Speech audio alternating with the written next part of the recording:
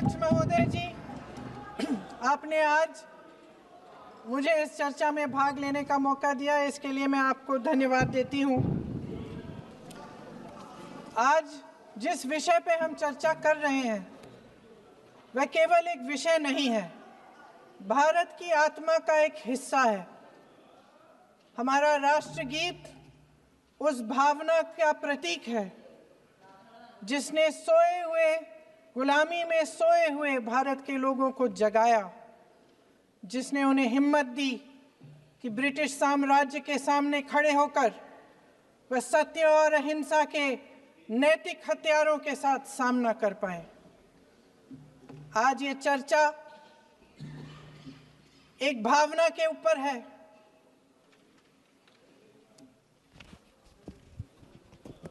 और जब हम वंदे मातरम का नाम लेते हैं तो वही भावना हमारे दिल में उजागर होती है।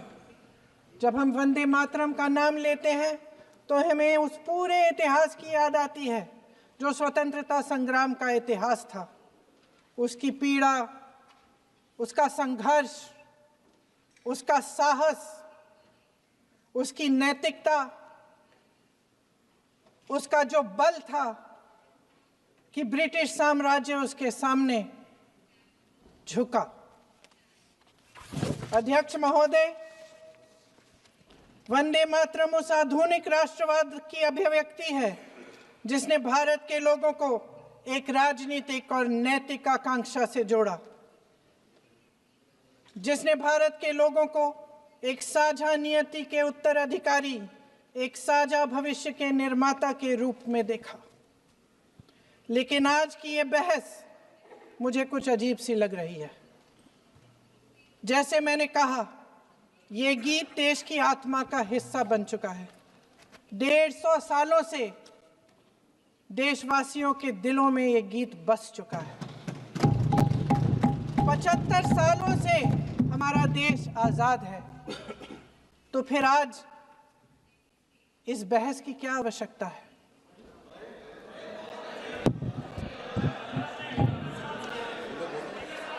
हमारा यहाँ मकसद क्या है? जनता से हमें दिया गया दायित्व, जनता का विश्वास, उनके प्रति हमारी जिम्मेदारी, हम किस तरह से इसका इस्तेमाल कर रहे हैं, हमें ये सोचना चाहिए। क्योंकि अब इस मोड़ पर हम इस सदन में अपने राष्ट्रगीत पर भी बहस करेंगे। आपने बहस मांगी है, आपने बहस मांगी है। आप तो इलेक्टोरल रिफॉर्म्स की बहस नहीं मांग रहे थे कि जब तक हम इस पर बहस नहीं करेंगे तब तक उस पर बहस नहीं होगी। इसकी वजह क्या है? इसकी वजह क्या है? हम आज यहाँ ये बहस क्यों कर रहे हैं? हमारा राष्ट्रगीत है, इस पर क्या बहस हो सकती है? हम ये बहस यहाँ आज 2 वजहों से कर रहे हैं। पहला कि बंगाल का चुनाव आ रहा है, हमारे प्रधानमंत्री अपनी भूमिका निभाना चाहते हैं उसमें। और दूसरी वजह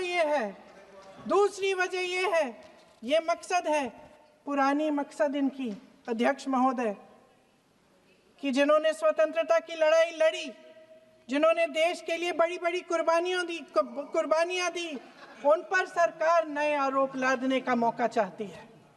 देश का ध्यान फिर से जनता के ज्वलंत मुद्दों से भटकाना चाहती है। यही एक मकसद है आपका। आपका मकसद है कि हम फिर से उसी अतीत में मंडराते रहें, उसी की तरफ हम देखते रहें जो हो चुका है, जो बीत चुका है। क्योंकि ये सरकार वर्तमान और भविष्य की ओर देखना ही नहीं चाहती, वे इस काबिल ही नहीं रही। सच्चाई ये है अध्यक्ष महोदय कि आज मोदी जी वह प्रधानमंत्री नहीं रहे जो एक समय में थे। सच ये है कि ये दिखने लगा है, उनका आत्मविश्वास घटने लगा है, उनकी नीतियां देश को कमजोर कर रही हैं। और मेरे सत्ता पक्ष के साथी चुप इसलिए हैं क्योंकि अंदर अंदर से वे भी इस बात से सहमत हैं। आज देश के लोग खुश नहीं हैं अध्यक्ष महोदय, परेशान हैं। तमाम समस्याओं से घिरे हुए हैं, तमाम समस्याओं से घिरे हुए हैं, और उन समस्याओं का हल आप निकाल नहीं रहे हैं। हाँ ठीक है, उसका भी बोल लेंगे, समय आएगा तो उसका भी बोल लेंगे, बल्कि कल समय आ रहा है, चुनाव पे चर्चा होगी, उस पे भी बोलेंगे। अध्यक्ष महोदय, इनके भी अपने लोग दबी जबान में कहने लगे हैं कि सारी सत्ता को केंद्रित करने से देश का नुकसान हो रहा है। इस बीच अगर हम अतीत की बातें नहीं करेंगे तो कौन सी बातें करेंगे? ये किसी और बात के काबिल ही नहीं है, सिर्फ ध्यान भटकाना है जनता का। इसलिए आज हम वंदे मातरम पर चर्चा कर रहे हैं। वंदे मातरम देश के कण कण में जीवित है, इस पर बहस नहीं हो सकती। लेकिन चलिए, आपने बहस मांगी, आप बहस करना चाहते हैं, बहस करते हैं। आज इस चर्चा को प्रधानमंत्री जी ने शुरू किया, उन्होंने भाषण दिया, और इसको कहने में कोई झिझक नहीं है कि भाषण अच्छा देते हैं, थोड़ा सा लंबा, लेकिन भाषण अच्छा देते हैं। सिर्फ एक कमजोरी है, अगर आप इजाजत दें तो मैं बोलूं, एक कमजोरी है। हाँ, उसी पे बोल रहे हैं, वंदे मातरम पे बोलो आप। अब सर मैंने तारीफ कर ली, आज, थोड़ा आज विषय वंदे मातरम का है तो हम वंदे मातरम पर ही रखें, ठीक रहेगा सर? ये वंदे मातरम पे ही है। सर आपने प्रधानमंत्री जी को सुना था, अब तो शुरू नहीं हुए। सर भाषण बहुत अच्छा देते हैं, लेकिन तथ्यों के मामले में कमजोर पड़ जाते हैं, बहुत कमजोर। इसमें भी एक कला होती है कि तथ्यों को किस तरह से जनता के सामने रखा जाए।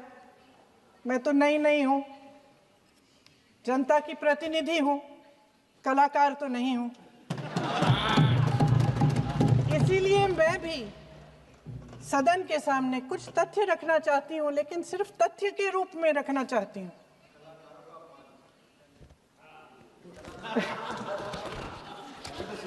मैं उदाहरण दूं, उदाहरण दे देती हूँ। सर मांग रहे हैं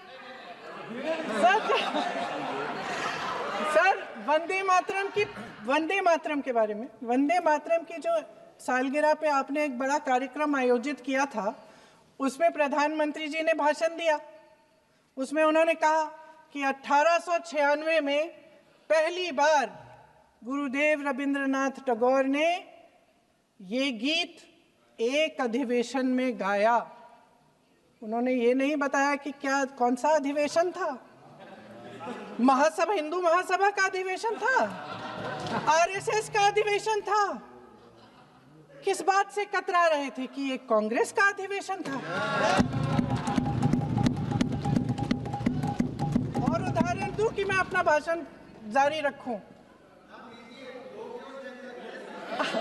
दे रही हूं। जो वंदे मातरम की जो क्रोनोलॉजी है वो भी आप समझिए, जो असली क्रोनोलॉजी है। 1875 में महाकवि बंकिम चंद्र चट्टोपाध्याय ने इस गीत के पहले दो अंतरे लिखे, जो आज हमारे राष्ट्रगीत घोषित हुए हैं, मतलब जो घोषित हुए थे और जिसको हम आज अपना राष्ट्रगीत कहलाते हैं। ये पहले दो अंतरे लिखे। 1882 में 7 साल बाद उनका एक उपन्यास प्रकाशित हुआ, आनंद मठ। उस उपन्यास में यही कविता उन्होंने प्रकाशित की, लेकिन इसमें 4 अंतरे जोड़ दिए। 1896 में कांग्रेस के अधिवेशन में गुरुदेव रविंद्रनाथ टैगोर ने पहली बार ये गीत गाया। 1905 में बंगाल के विभाजन के खिलाफ आंदोलन के समय वंदे मातरम जनता की एकता की गुहार बनकर गली गली से उठा। गुरुदेव रविंद्रनाथ टैगोर जैसे महान स्वतंत्रता सेनानी इस गीत को खुद गाते हुए बंगाल की सड़कों पर उतरे। विद्यार्थियों से लेकर किसानों तक, व्यापारियों से लेकर वकीलों तक, हर कोई ये गीत गाने लगा। इस गीत की शक्ति को समझिए।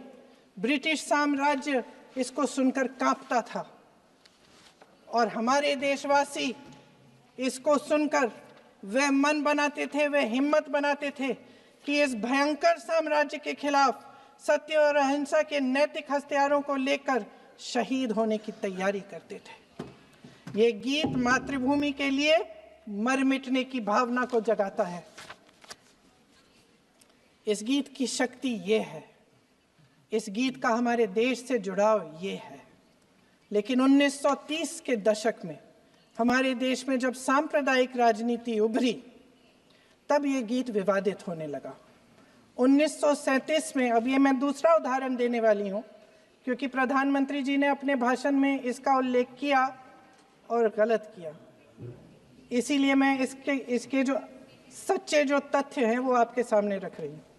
1937 में नेताजी सुभाष चंद्र बोस कांग्रेस का अधिवेशन कलकत्ता में होने जा रहा था, उसका आयोजन कर रहे थे।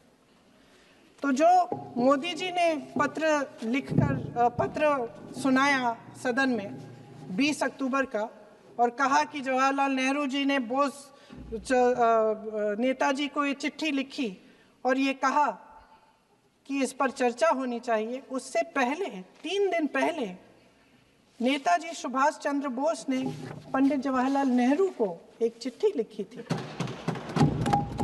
जिसका जिक्र आपके प्रधानमंत्री ने नहीं किया। और इस चिट्ठी में सुन लीजिएगा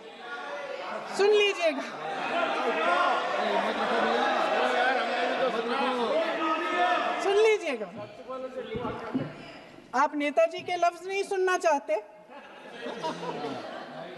बंगाल का चुनाव आ रहा है,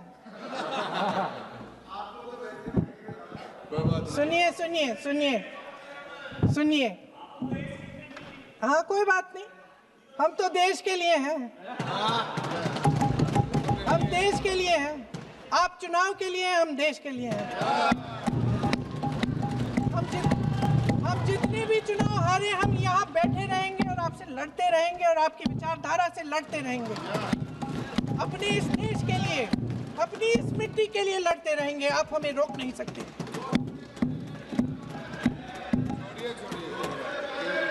सुन लीजिए सुभाष चंद्र बोस जी ने क्या कहा, सुन लीजिए। My dear Jawahar, reference Vande Mataram. We shall have a talk in Calcutta and also discuss the question in the working committee if you bring it up there. I have written to Dr. Tagore to discuss this matter with you when you visit Santi Niketan. Please do not forget to have a talk with him when you visit Santi Niketan. ये 17 अक्टूबर को लिखी जाती है। 10 अक्टूबर को नेहरू जी इसका जवाब देते हैं और और 20 अक्टूबर को, हाँ ठीक है, 20 अक्टूबर को नेहरू जी इसका जवाब देते हैं। इस जवाब की एक पंक्ति प्रधानमंत्री जी ने सुनाई, बाकी पंक्तियां क्यों नहीं सुनाई? क्योंकि उनमें नेहरू जी क्या कह रहे हैं? There is no doubt that the present outcry against Vande Mataram is to a large extent a manufactured one by the communalists. Whatever we do, we cannot pander to communalists' feelings, but to meet real grievances where they exist. I have decided now to reach Calcutta on the 25th morning. This will give me time to see Dr. Tagore as well as other friends. समझ रहे हैं आप? प्रधान चुप है तो समझ ही गए होंगे। फिर क्या होता है? फिर नेहरू जी कलकत्ता जाते हैं और गुरुदेव जी से मिलते हैं और उसके अगले दिन गुरुदेव जी एक चिट्ठी लिखते हैं जिसमें वो लिखते हैं, अंग्रेजी में चिट्ठी है, उसका एक अंश मैं आपको हिंदी में बता देती हूँ, जिसमें गुरुदेव जी कहते हैं कि जो 2 अंतरे हमेशा गाए जाते थे उनका महत्व इतना गहरा था कि उस हिस्से को कविता के शेष हिस्से तथा पुस्तक के उन अंशों से अलग करने में उन्हें कोई कठिनाई नहीं थी। उन्होंने ये कहा कि स्वतंत्रता संग्राम में हमेशा से वही 2 अंतरे ही गाए जाते थे और उनको गाते हुए कुर्बानी देने वाले सैकड़ों शहीदों के सम्मान के लिए उन्हें ऐसे ही गाना उचित रहेगा। उन्होंने यह भी कहा कि बाद में जोड़े गए अंतरों का सांप्रदायिक मायना निकाला जा सकता है और उस समय के माहौल में उनका इस्तेमाल अनुचित होगा। इसके बाद 28 अक्टूबर 1937 में कांग्रेस की कार्य समिति ने अपने प्रस्ताव में वंदे मातरम को राष्ट्रगीत घोषित किया।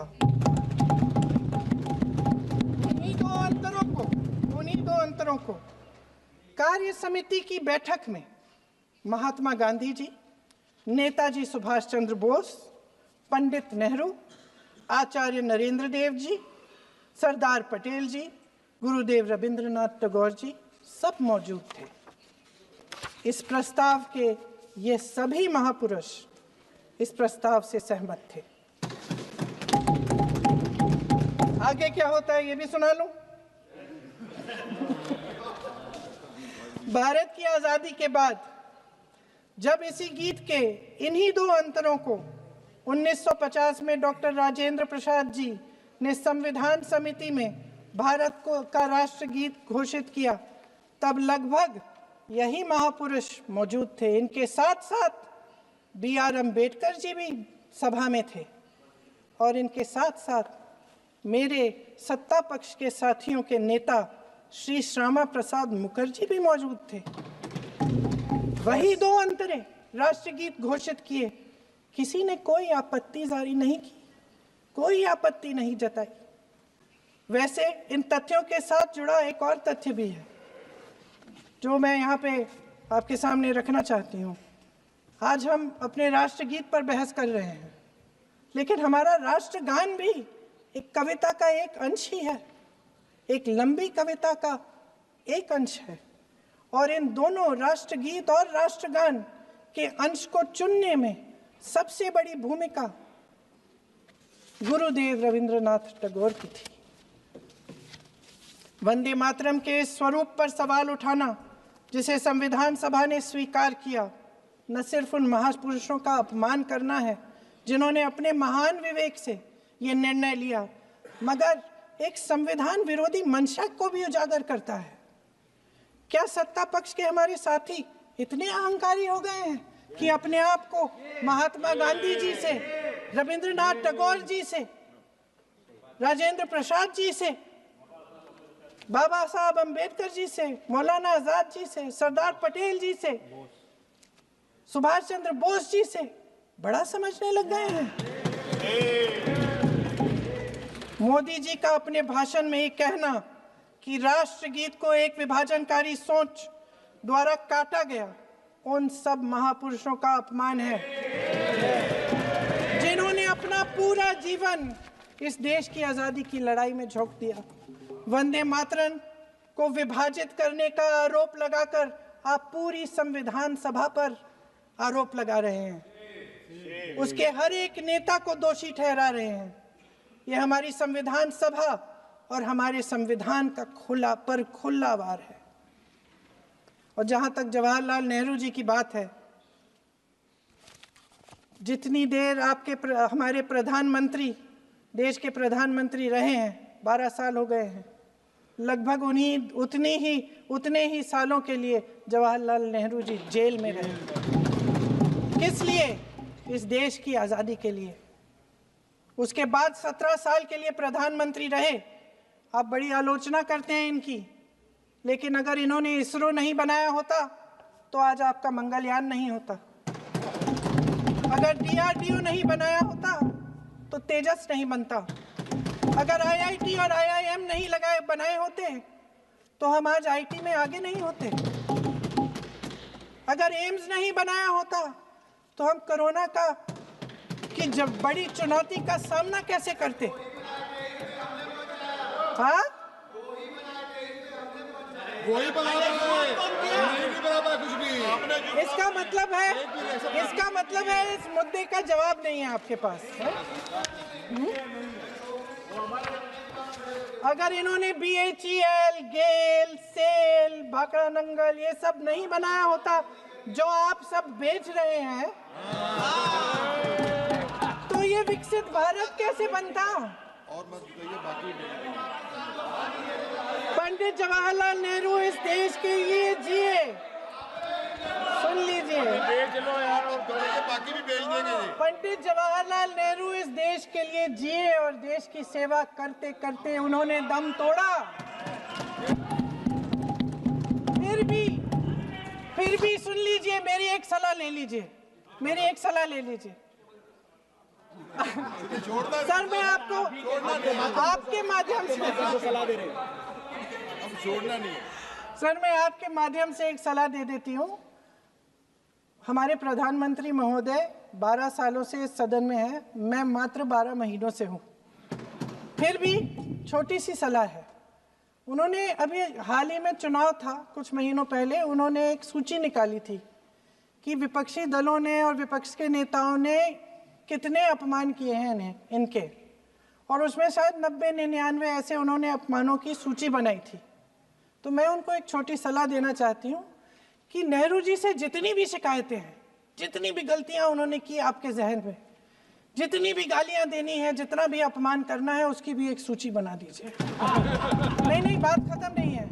999 अपमान, 9,999 अपमान, सूची बना दीजिए और फिर हम एक समय निर्धारित करते हैं। जैसे हमने 10 घंटे आज वंदे मातरम पर हमने बहस किया है ना, उस तरह से हम अध्यक्ष महोदय जी से पूछेंगे, एक समय निर्धारित करेंगे, 10 घंटे, 20 घंटे, 40 घंटे, जितने घंटों में आपकी ये शिकायत पूरी हो जाए, माननीय सदस्य आप तो आप शांत हो जाएं और हम बहस कर लेंगे।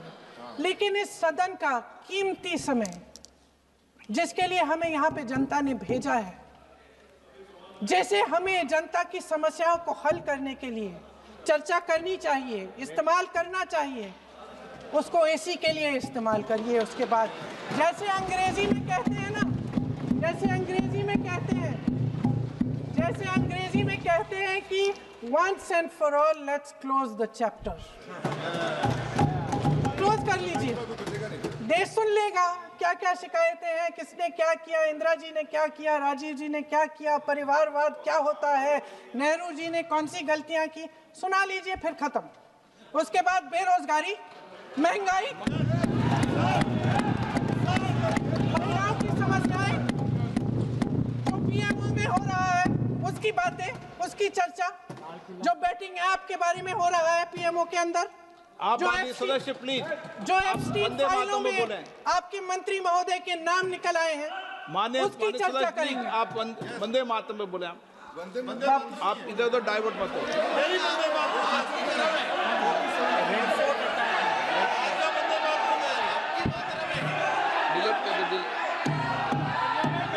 क्या हो गया? आप 1 मिनट, हाँ कर दो। क्या हो गया? अंत में चिड़ी गए।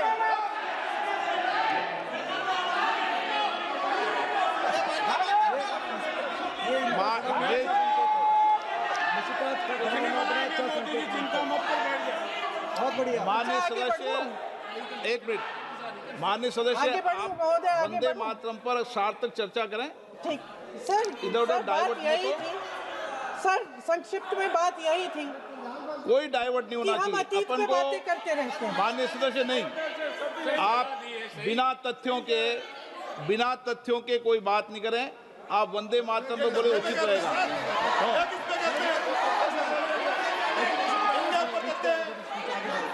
मैंने प्लीज, अध्यक्ष महोदय, मैं आपकी बात मानती हूँ, लेकिन बिना तथ्य के बहुत सालों के लिए ये हम पर आरोप डाल रहे हैं। हम चुपचाप सुनते हैं, इनको भी थोड़ी सी संतुलन होनी चाहिए, सुनने की थोड़ी सी हिम्मत होनी चाहिए। ये राजनीति है, हम बोलेंगे, आप वंदे बोलेंगे। मातरम बोलें। ठीक। वंदे मातरम सर। महोदय, आज की ये बहस सिर्फ ध्यान भटकाने के लिए की जा रही है, क्योंकि ये सरकार इस देश के वर्तमान की असलियत छिपाना चाहती है।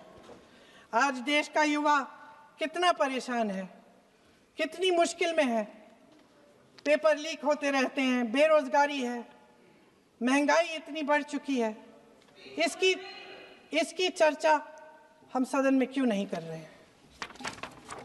आरक्षण के साथ जो हो रहा खिलवाड़ है उसकी चर्चा हम यहाँ क्यों नहीं कर रहे हैं? महिलाओं की बात होगी, बड़े बड़े ऐलान होंगे, मगर उनकी परिस्थितियों को सुधारने के लिए कोई ठोस कदम यहाँ क्यों नहीं उठाया जा रहा है?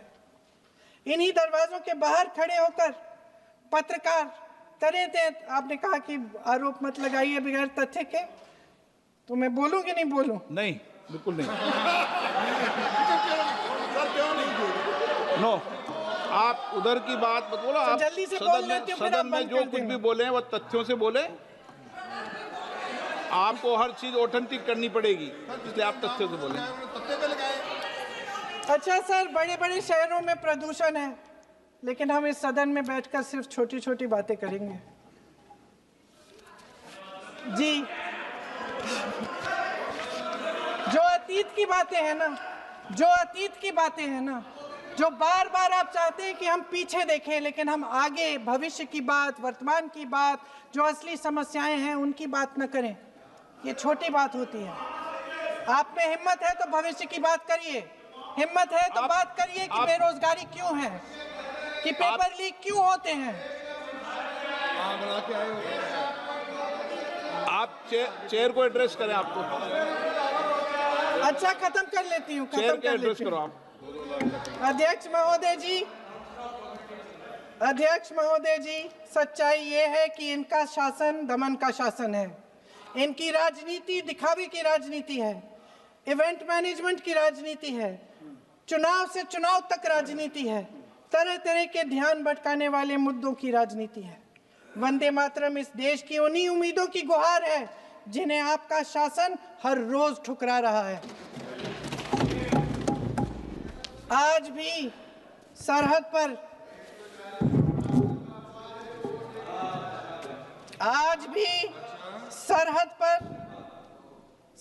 पर जवान जब दुश्मन का सामना करता है तो उसकी छाती में वंदे मातरम गूंजता है। आज भी जब हमारा खिलाड़ी अंतर्राष्ट्रीय खेलों में जाता है तो उसके दिल की धड़कन में वंदे मातरम होता है। आज भी इस देश के करोड़ों देशवासी जब अपने राष्ट्र ध्वज को फहराते हुए देखते हैं तो उनकी जबान पर वंदे मातरम, वंदे मातरम, वंदे मातरम आता है। कांग्रेस के हर एक अधिवेशन में 1905 से लेकर आज तक सामूहिक तौर पर वंदे मातरम गाया जाता है। आपके अधिवेशनों में गाया जाता है कि नहीं, ये बताइए। अपने देश की आत्मा के इस महामंत्र को विवादित करके आप एक बहुत बड़ा पाप कर रहे हैं। इस पाप में कांग्रेस पार्टी शामिल नहीं होगी।